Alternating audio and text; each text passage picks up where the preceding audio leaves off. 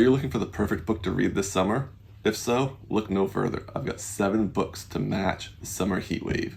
When it comes to summer, I think there's always 2 ways you can go in reading. You can try to escape the summer heat and go somewhere far away, or maybe find a book that takes place in the winter time. That's the cheap way out. If you're a complete sicko, you can lean into it. And today we are leaning into the heat, and we are looking at 7 books that are going to bring the heat and the intensity and the humidity of summer to get you through these hot months. And let me tell you, these 7 books bring that heat, and the 4th book on this list is probably the most summer-centric book that I've ever read before. So let's dive in. Let's mirror those summer days, and let's start with something that's a little bit cooler. It gives us a little bit of hope for the summer that maybe this summer won't be as bad as we think it's going to be. And nothing is better in the summertime than when you get to hang out with your friends all day and go to the theme park. And today's first book is Joyland by Stephen King. And this is the illustrated edition of it. And the whole reason why I bought this book was because it comes with this awesome map of the theme park that the book takes place in on the back cover. And you can get the non-illustrated version. It doesn't have the theme park on the back. It has a slightly less racy picture for the cover. But really, anything with a map is going to sell me on it immediately. So, this is a coming-of-age story of 3 kids who are working at a theme park for the summer. And there is rumors of a ghost that haunts the place, and rumors that maybe somebody was murdered in one of the rides, and the 3 kids kind of trying to uncover what the real story is here. This isn't your typical Stephen King flair. This isn't a straight horror novel at all. You could remove the issue of the ghost in this, and you have got very little horror in this book. This is a much more of a coming-of-age story. This came out on the Hard Case Crime imprint, and that is what Stephen King would go to sometimes in the mid-2000s to write some more of his crime-centered stuff, just to kind of test the waters on that before really delving headfirst into crime later, like he did with the Mr. Mercedes trilogy. Besides theme parks, what's the other thing that every kid dreams of being able to do every summer? Summer camp. And The God of the Woods by Liz Moore takes on summer camps in a way that I've never really seen before. The God of the Woods has this dual timeline narrative going on, and within the dual timeline, you also follow different characters within each one. And that might make it sound like it could get pretty confusing pretty quick, but it doesn't. The characters are clearly labeled. The timeline that you're in is clearly labeled. And it centers around a kid that goes missing from camp, and how this kid actually had their would-be older sibling disappear from the same area 15 years ago. And this book tackles themes such as classism. It tackles themes such as patriarchism and some non-gender conforming roles.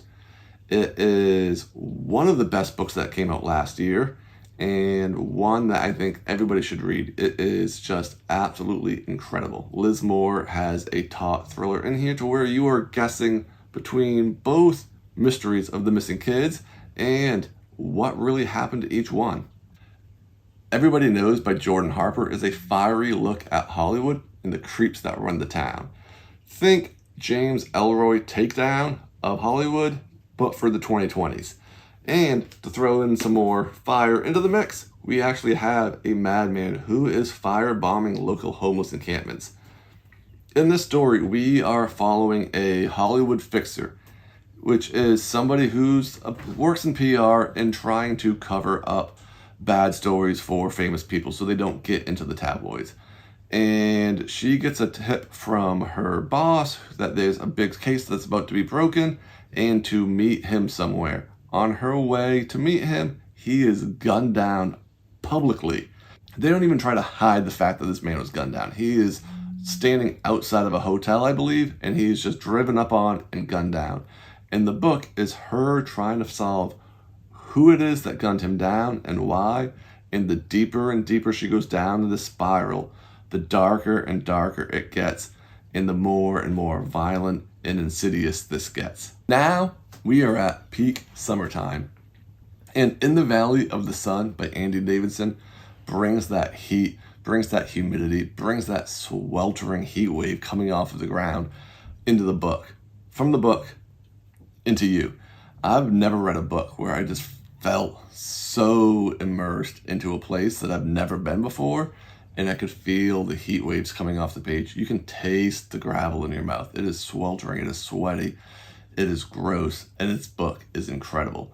You follow a man named Travis in South Texas who goes around to local honky-tonks trying to pick up women and seeing if he can do some unsavory things with them. He quickly finds his match one night though, and the next morning he wakes up in kind of this fever dream and he's not feeling great at all. And the rest of the book is him trying to uncover what happened to him and why he's feeling so sick and what's going on with him and his sudden aversion to the sunlight. This book is hands down one of the best books that I've ever read, and it is not nearly talked about enough, and I think everybody should drop what they're doing and go read this book. Let's get back to the woods though with The Cabin at the End of the World by Paul Tremblay.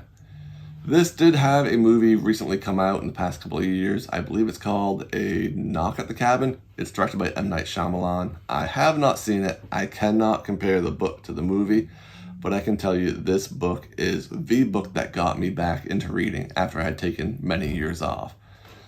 We follow a couple of dads and their daughter who move up to a New Hampshire cabin for vacation for the summer. Things go pretty smooth at first. They're enjoying their vacation, but they quickly have some visitors come that they've never met before. And the visitors tell them that the end of the world is coming. And in order to stop the end of the world, the three of them need to make a sacrifice. They have to choose one of the three to murder themselves in order to prevent the end of the world. Of course, nobody in the cabin believes this, but very quickly they start seeing some things on the news that show that maybe these people are telling the truth. And then it is a cat and mouse game between, do we believe them? Do we don't? Do we try to escape? Do we try to run away? But we don't want to cause the destruction of the world.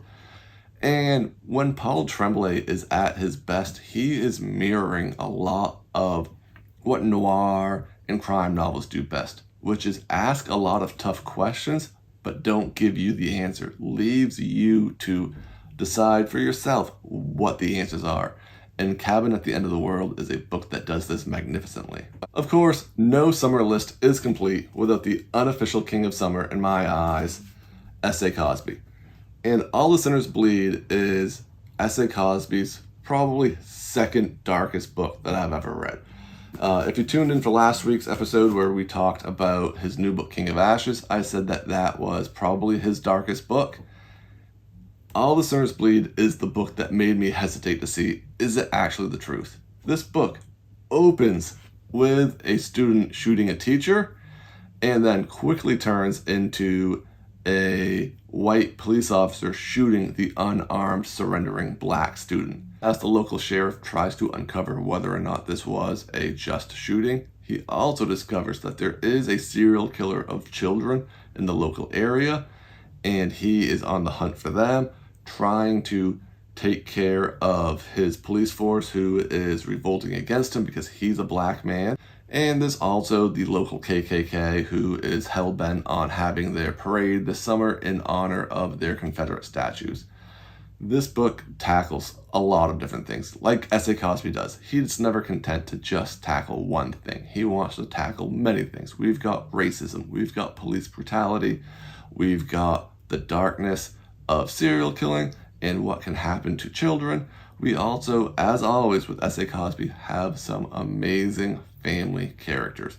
There is a scene in this book where the main character is just sitting on his porch drinking with his brother, and it is probably the greatest scene I've ever read in any book. It's just human. It's just so perfect. I've never had somebody else just write what is essentially a throwaway scene that just felt so realistic and something that you could relate to, that you've experienced with your own friends or family. And when you're hoping for the sun to set and just get a little relief from the heat, Silvia Moreno-Garcia has you covered with Velvet Was the Night. This takes place in 1970s Mexico when the Mexican government was trying to stamp out any and all left-wing activists.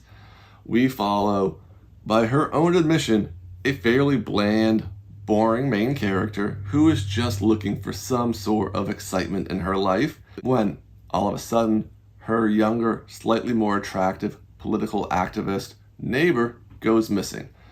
She tries to uncover what happens with her and runs into a guy named Elvis. He is a low-level gang member who is being paid by the Mexican government to go around kidnapping people and beating up and trying to stop all the left-wing political activists going on. And what I find so interesting about this novel is that we are reading from the wrong side of the tracks here. We're not reading from the people who ultimately are on the winning side of things in the long run. We are reading things from the totalitarian regime who is trying to oppress people.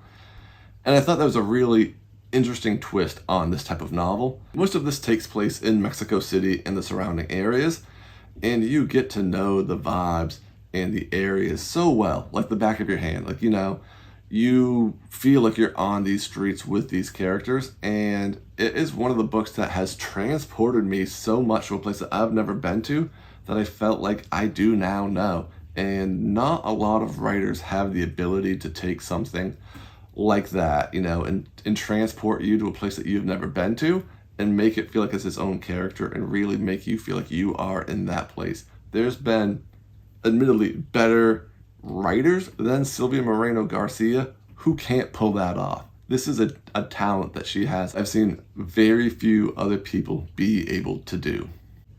There are 7 books to match the summer heat wave. Let me know in the comments what you would recommend to somebody if they were trying to read in a heat wave, or let me know what books that I've missed. I'm sure there's probably some obvious ones that completely went over my head.